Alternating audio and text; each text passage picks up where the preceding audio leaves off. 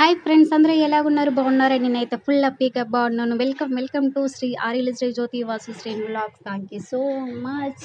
Please ఈ video అయితే skip చేయకుండా ఫుల్ వీడియో చూడండి. మీకు ఎంతకో కష్టమైన కాకరకాయ, ఆ కాయతో నేను ఇప్పుడు ఫ్రై చేస్తున్నాను. ఎలా చేస్తున్నాను ఇప్పుడు చేసి చూపిస్తాను.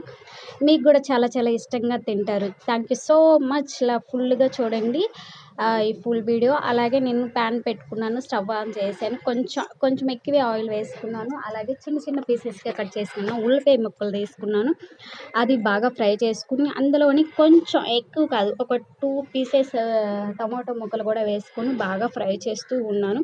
అలా ఫ్రై చేస్తూ ఉంటే చాలా గ్రేవీ బాగుంటుంది. అలాగే మనం చేయాల్సింది ఇంకో పని ఏంటంటే సిమ్లోని పెట్టుకొని మనం ఫ్రై చేస్తూ ఉండాలి. ఆ తర్వాత కొంచెం ఆవాలు, కొంచెం శనగపప్పు, కొంచెం మినప్పప్పు వేసుకోవాలి. జీలకర్ర కూడా వేసుకొని బాగా ఫ్రై చేస్తూ ఉండాలి. ఫ్రై చేస్తూ ఒక్క ఎండుమిరపకాయ వేసుకొని కొంచెం 2 రెమ్మలు కరివేపాకు కూడా వేసుకోవాలి. బాగా ఫ్రై చేస్తూ ఉంటే ఆ తర్వాత దగ్గరగా గ్రేవీ లాగా అయ్యింది. గోల్డెన్ కలర్ వచ్చేంత వరకు, లైట్ గోల్డెన్ కలర్ వచ్చేంత వరకు ఫ్రై చేస్తూ ఉండాలి. చాలా టేస్టీగా చాలా బాగుంటుందండి కాకరకాయ కూర. మీకు కూడా తినాలనిపించింది. అలాగే ఒక 3 టొమాటోస్ తీసుకొని బాగా మగ్గబెట్టాలి, అంటే ఫ్రై చేస్తూ ఉండాలి. అలా ఫ్రై చేసేటప్పుడు దగ్గరగా అయ్యింది. మిక్సీ గట్రా పట్టకండి, మిక్సీ పట్టినట్టయితే చేదు వచ్చేసింది బాగా వరకు. ఆ తర్వాత నేను చిన్న చిన్న పీసెస్గా కట్ చేసుకున్న కాకరకాయ ముక్కలు, ఫస్ట్ కాకరకాయ కడిగేసి పీసెస్గా కట్ చేశాను. వాటర్లో ఏమీ వేయలేదు, ఎక్కువ చేదైపోయింది. మీరు కూడా వేయకండి ఎవరు కూడా. చిన్నపిల్లలు తినాలనుకుంటే వాళ్ళు తినలేరు కదా, అందుకోసమే చెప్తున్నాను. ఆ తర్వాత మూత తీసి ఓపెన్ చేస్తే చూడండి గ్రేవీలాగా కొంచెం అయిందా.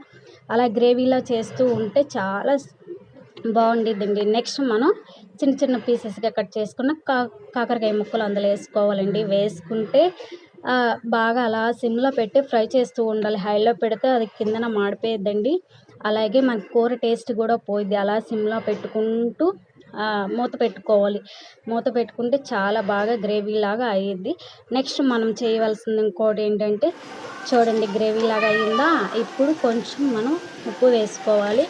అలాగే కొంచెం కారం, కొంచెం పసుపు వేసుకోవాలి. అలాగే ఫ్రై చేస్తూ కొంచెం ఇంట్లో ఉన్నట్టయితే గరం మసాలా కొంచెం వేసుకోవాలి.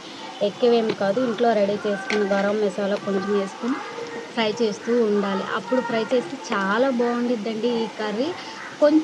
కొంచెం కర్రీతో ఎక్కువ రైస్ తినాలనిపిస్తుంది. నాకైతే ఇలా చేసుకుంటే చాలా ఇష్టం కాకరకాయ. నాకు ఒకప్పుడంటే కాకరకాయ అంటే చాలా చిరాకు, నాకు ఇష్టమే ఉండదు. అలాంటిది నేనే వంట చేసుకొని ట్రై చేసి ఇలా చేస్తాను. చాలా బాగా నాకు కూడా ఇష్టం. కడుపులో ఏ చెడు పదార్థం ఉన్నా చాలా హెల్త్కి చాలా మంచిదండి కాకరకాయ. వీక్లీ వన్స్ తినొచ్చు. ఇలా ట్రై చేసి చూడండి, మీకు కూడా చాలా బాగా నచ్చుద్దండి. ఇదే నా స్టైల్లో కాకరకాయ కర్రీ రెడీ అండి. మీకు కూడా నచ్చినట్లయితే ప్లీజ్ ఒక చిన్న లైక్ అండ్ సబ్స్క్రైబ్ చేసుకోండి. మై ఛానల్ ఫస్ట్ టైం చూసిన వాళ్ళు ఎవరైనా ఉన్నట్టయితే ఇలాంటి చిన్న చిన్న recipes, items, curries or fries ఏదో ఒకటి నేను పోస్ట్ చేస్తూ ఉంటాను. ప్లీజ్ లైక్ చేయండి, సబ్స్క్రైబ్ చేసుకోండి. తక్కువ కూరతో ఎక్కువ రైస్ తినేటట్టు నేను చేసిన కాకరకాయ fry. Thank you so much.